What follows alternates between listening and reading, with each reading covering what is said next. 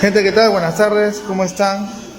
Acá les presentamos este Toyota Etios, el cual le hemos modificado en nuestro taller, acá en Extreme Racing.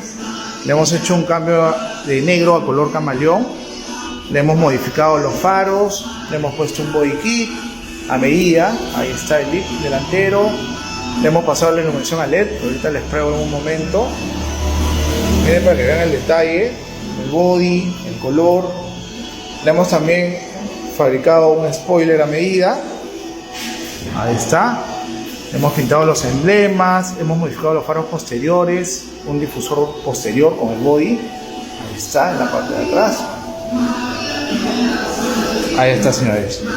Quedó hermoso. También le hemos aplicado un pintado de techo negro con ultravilloso. Ahí está. Para que combine con toda la gama de colores. Los pilares también negro piano.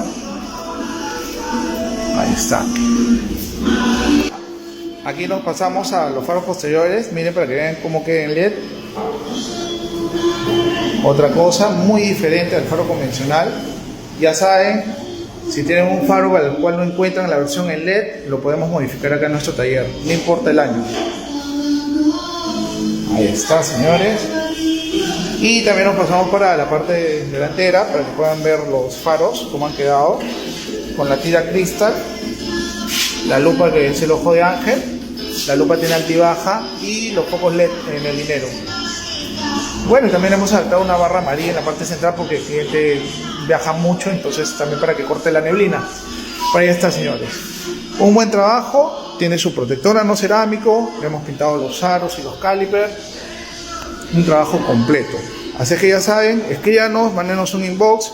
Los que quieran ver el proyecto, cómo vino el carro, pueden checarle unos videos abajo para que vean cómo yo chocaba la parte posterior. Así que ya saben, los esperamos acá en Extreme Racing. Muchas gracias. Nos vemos.